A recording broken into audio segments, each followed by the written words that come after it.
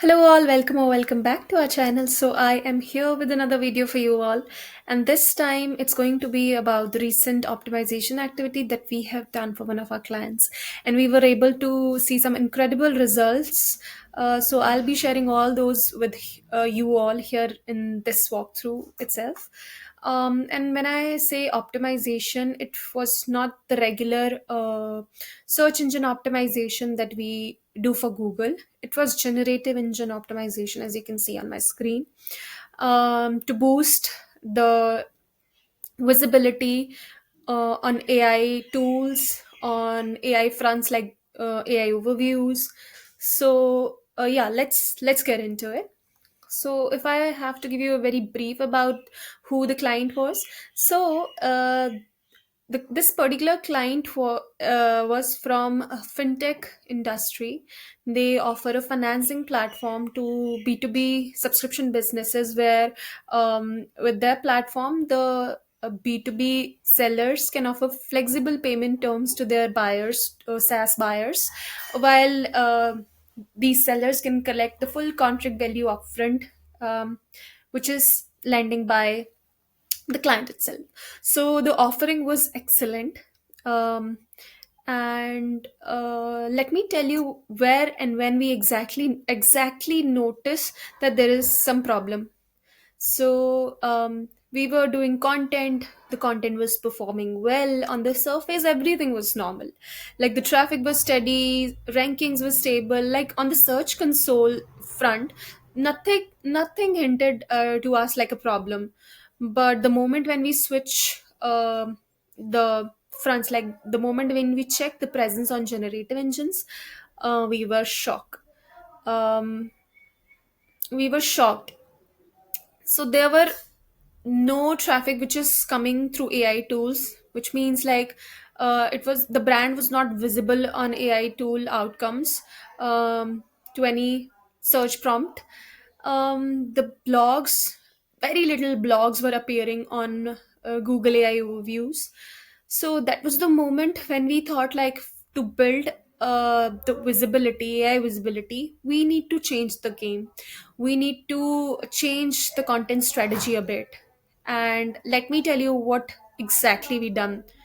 So, uh, as part of the solution to this problem, we followed a couple best practices here under generative engine optimization. Like first, we added TLDR sections in on top of every blog, because again, these large language models, they refer only the first few sentences in your blog.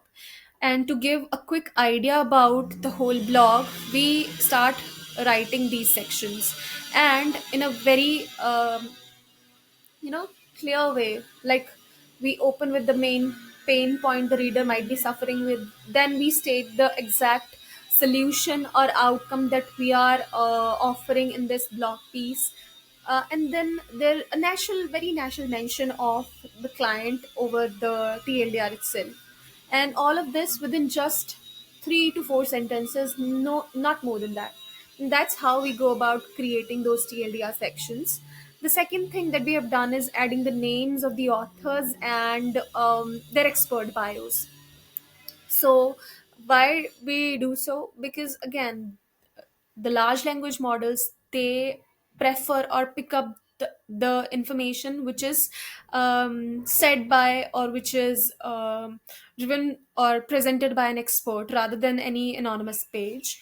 So we also added the names of the authors and expert bios to make our pieces more trustworthy or expert driven.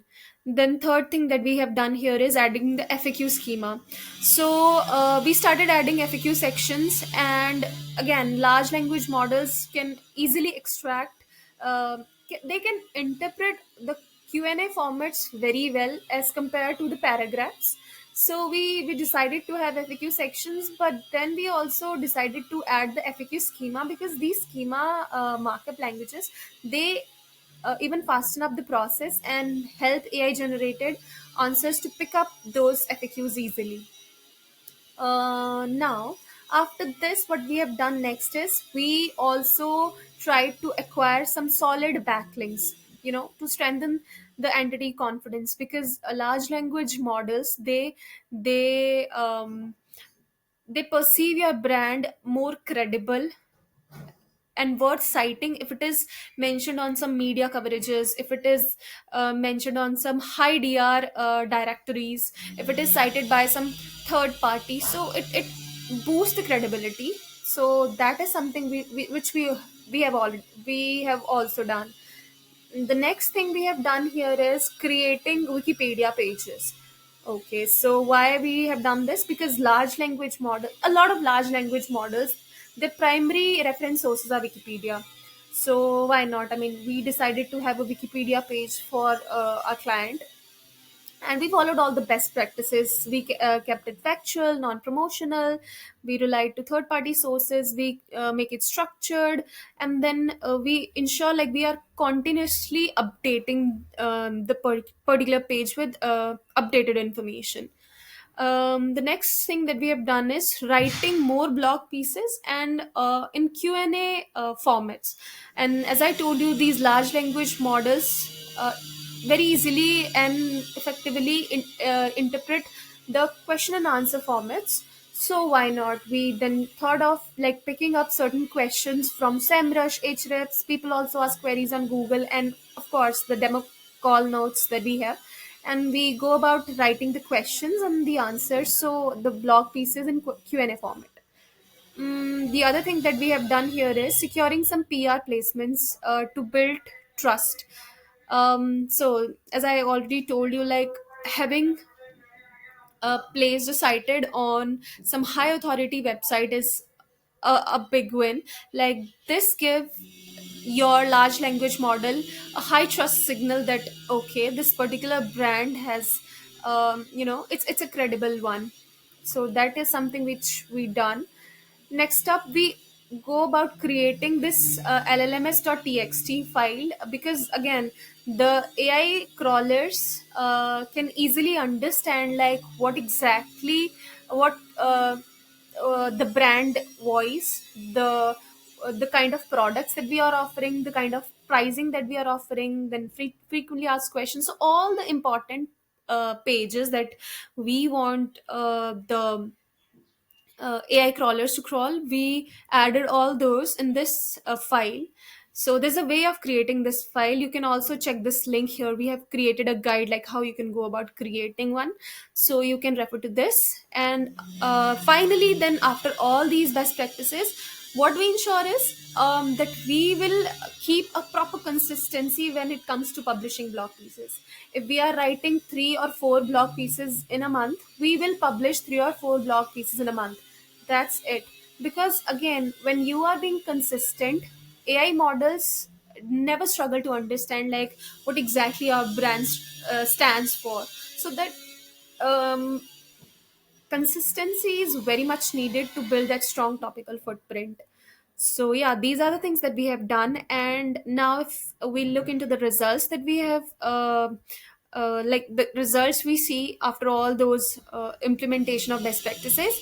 So if you see here, there's a gradual increase in AI traffic, AI tool traffic. Like you see here, a chat from Chat GPT from April to May, there was some traffic coming.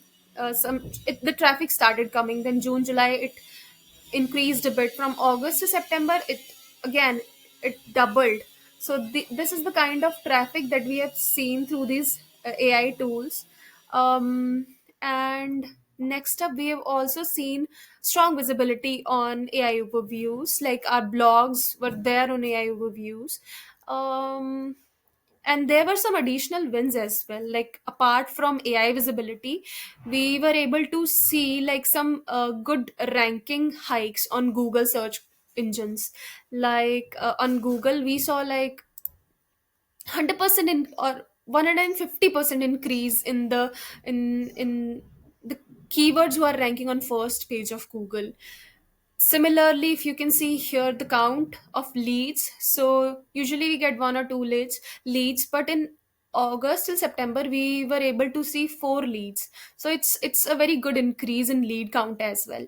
So these are the kind of results we were able to bring to that particular client. And if you wanted to see the similar kind of results for your SaaS business, Concurate should be your one-stop destination. You need a partner who know exactly, or a forward-thinking partner who know exactly what you need to boost the visibility of your SaaS product. So if you are interested, all the details are there in the description. And yeah, we are just a call away. So that's it for the video today. If you enjoy watching this video, give it a thumbs up, and please subscribe to our channel.